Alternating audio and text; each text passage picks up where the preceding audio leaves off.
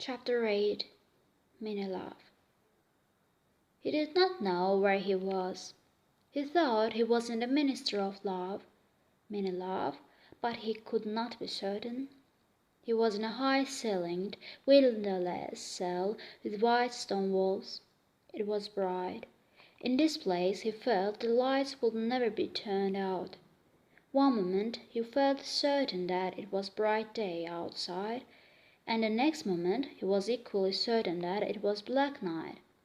"We shall meet in the place where there is no dark," Oruell had said to him. In the Ministry of Love there were no windows. He thought of Oruell more often than Julia. He loved Julia and would not betray her, but he did not think about what was happening to her. Sometimes he thought about what they would do to him. O'Brien must know he was here. O'Brien said the Brotherhood never tried to save its members, but they would send him razor blade if they could. One cut and it would all be finished. In his cell there was a continuous voice from the machine that brought the air in from outside. A narrow shelf went round the wall, and at the end of the opposite door there was a toilet with no wooden seat. There were 4 telescreens, one in each wall. He was hungry. It might be 24 hours since he had eaten. It might be 36. He still did not know, probably never would know, if it had been morning or evening when the soldiers took him. Since then he had been given no food. He sat on the narrow shelf without moving, with his hands crossed on his knees. He had already learned not to move too much. If you moved around they shouted at you from the telescreen. But he wanted so food badly, especially a piece of bread. He thought perhaps there was a small piece in the pocket of his overalls. His need for the bread grew stronger than the fear. He put a hand in his pocket. "Smith!" shouted a voice from the telescreen. 6079 Smith we. Hands out of pockets in this house." He crossed his hands on his knee again. There was a sound of marching boots outside. A young officer, black uniformed, with an emotionless face, stepped into the cell. He waved to the guards behind him, and they brought the man who they were holding by the arms. It was Ampleforth, the man who wrote the poems for the party. The cell door closed behind him. Ampleforth walked up and down the cell. He had not yet noticed Winston. He was dirty, wore no shoes, and had not shaved for several days. The hairy half-bird gave him a criminal look that was strange, with his large weak body and nervous movements. Winston thought quickly. He must speak to Ampleforth even if they shouted at him through the telescreen. It was possible that Ampleforth had the razor blade for him. "Ampleforth," he said. There was no shout from the telescreen. Ampleforth stopped, walking up and down. He seemed surprised. It took him a moment to recognize Winston. "Oh, Smith," he said. "You too. What are you in for?"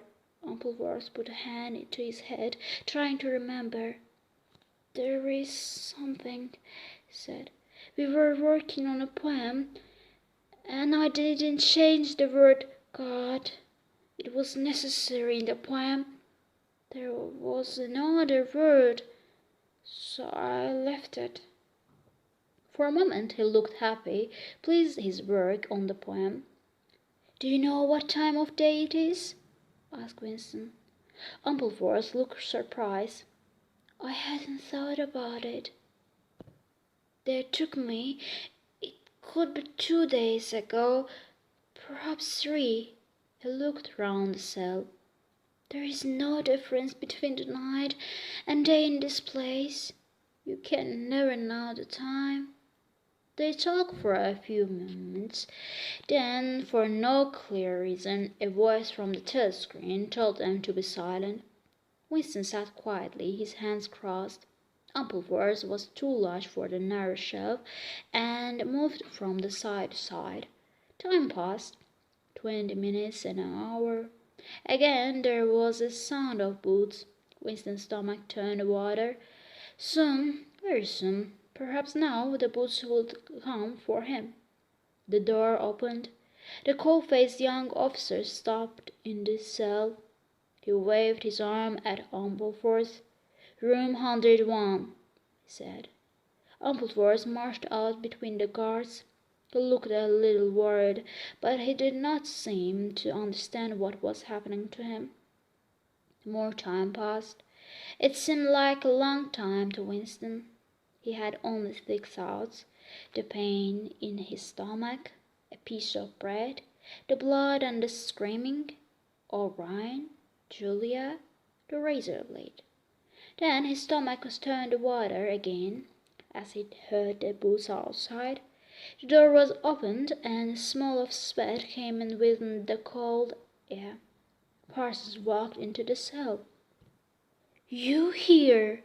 Winston cried out in surprise. Parsons did not seem interested in Winston or surprised to see him. He could completely without hope. "What are you in for?" said Winston. "Thought crime," said Parsons, almost crying. "They won't shoot me, will they? I mean, they don't shoot you when you haven't done anything, just thought, and they'll know everything I've done for the party, won't they? I'll just get 5 years, don't you think, or even 10 years? Someone like me could really have the part in the prison. They wouldn't shoot me for just one mistake." "Are you guilty?" said Winston. "Of course I'm guilty," said Parsons, looking at the telescreens as he spoke. "I wouldn't be here if I wasn't. Thought crime is a terrible thing. Do you know how it happened? In my sleep. Yes, there I was working away for the party. I never knew I had any bad stuff in my mind at all. And then I started talking in my sleep. Do you know what I said? I said down with Big Brother. Do you know what I'm going to say to them? I'm going to say thank you for saving me." "Who told them about you?" said Winston. "My little daughter," said Parsons, sad but proud. He walked up and down a few more times, looking hard at the toilet. "Excuse me, old man," he said. "I can't help it." Parsons took his trousers down. Winston covered his face with his hands. "Smith!" shouted the voice from the telescreen. 679 Smith V. Uncover your face. No face covered in the cells. Winston uncovered his face. Parsons used the toilet loudly and horribly. The smell terribly for hours afterwards. Parsons was taken out.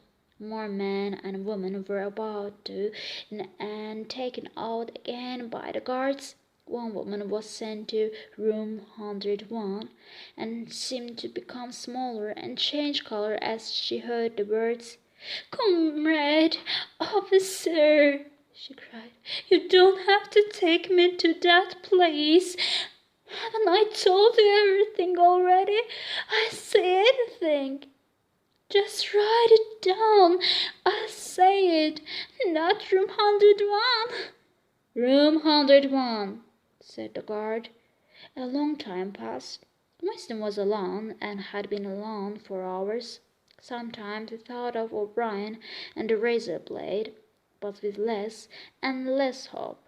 He also thought less clearly of Julia. He thought that if she were in pain and he could double his own pain to help her, he would do it.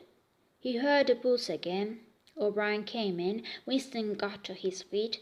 The shock made him forget the telescreen for the first time in years. "They've got you too," he shouted out. "They've got me a long time ago," said O'Brien with a small smile. He stepped to one side. Behind him there was a large guard with heavy stick in his hand. "You knew this, Winston," said O'Brien. "You have always known it?" Yes, he had always known it, but there was no time to think of that. The heavy stick in the guard's hand met him everywhere, and on his head, ear, arm, elbow. The elbow. He had gone down on his knees, holding the pain in his elbow with the other hand. There was an explosion of yellow light. The pain was unbelievable, but the guard had only hit him once. They were both looking down at him, and the guard was laughing. Well, one question was answered. He could never, for any reason on the earth, wish for more pain. He only wished for one thing, that it would stop. Nothing in the world was as bad as physical pain.